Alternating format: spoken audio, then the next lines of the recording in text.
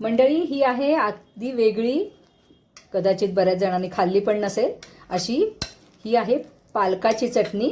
बऱ्याच वेळेला पालकाची भाजी खायचा बऱ्याच जणांना कंटाळा येतो, तर त्यांनी ही चटणी नक्की करून बघा. खूप मस्त झाली आहे. आणि कशी करायची ते आता आपण बघूया. नमस्कार मंडळी, हेल्दी फूड कट्ट्यावर सगळ्यांचं खूप स्वागत. या आपल्याला पालकाची भाजी नेहमी नेहमी खायचा जर कंटाळा आला असेल तर त्याची आज आपण करूया चटणी. खूप पटपट झटपट होते, अजिबात वेळ लागत नाही आणि खूप छान टेस्टी पण लागते. या सगळ्या हिरवेगार मी भाज्या घेतल्यात, म्हणजे कोथिंबीर, पालक, त्याच्यानंतर हा पुदिना आहे माझ्याकडं, तर तो पुदिना पण घेतलाय. नसेल पुदिना तर नाही घातला तरी सुद्धा चालेल. आणि एक 5-7 लसणाच्या पाकळ्या घेतल्या, छान चव येते त्याच्यामुळं.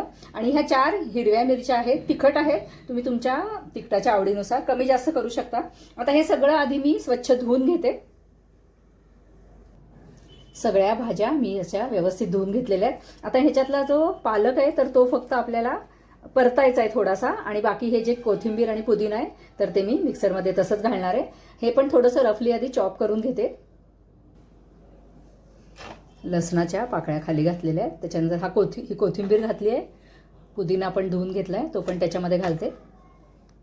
याच्यातच पावभाग नारळाचं खोबरं मी घेतलेलं आहे चिरून.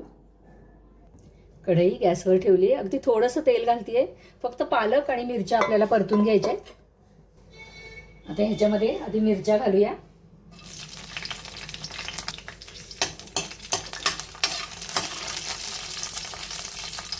मी डाळ आणि हे आधी घालायला विसरले. उडदाची डाळ आणि हरभऱ्याची डाळ आहे. तर आधी ही हरभऱ्याची डाळ आणि उडदाची डाळ आपण थोडी परतून घेऊया. नंतर मिरच्या घालायच्या होत्या, मी चुकून आधी घातल्या. तर याचा थोडासा रंग बदलेपर्यंत आपण हे छान परतून घेऊया. थोडीशी जिरं घालतीये मी, नंतर फोडणी घालणार आहे, तर तुम्ही जिरं नंतर फोडणीत घातली तरी सुद्धा चालते. डाळीचा रंग बदललेला आहे, मिरच्या पण आपल्या छान परतून झालेल्या आहेत. मस्त असं खमंग होतं. हे छान खमंग परतून घेतली की चटणी छान खमंग होते.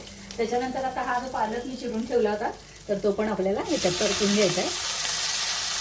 एक मुठभर पालकाची पानं मी घेतलेली आहेत. फार त्याच्या काड्या घेऊ नका, नाही तर मग चटणी उघडं लागेल.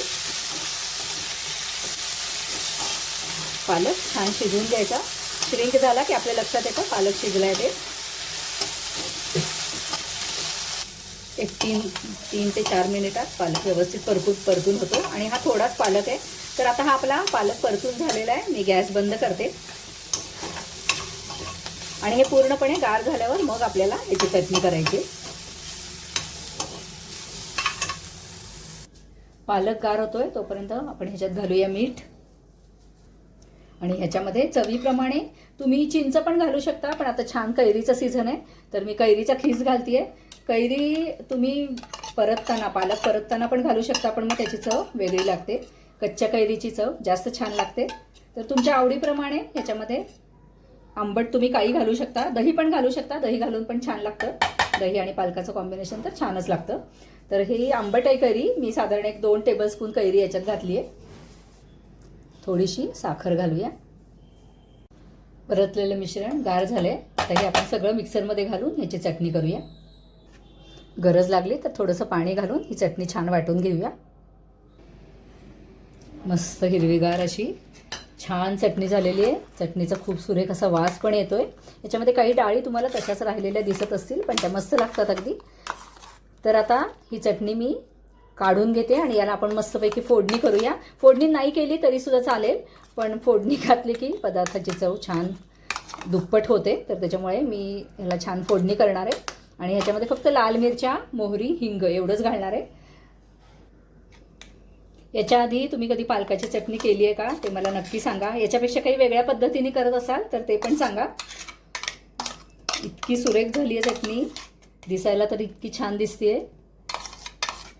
आणि नेहमी पालकाची भाजी खायला बऱ्याच जणांना कंटाळा येतो, तर त्यांना ही चटणी नक्कीच आवडेल. आता याच्यात आपण फोडणी घालूया.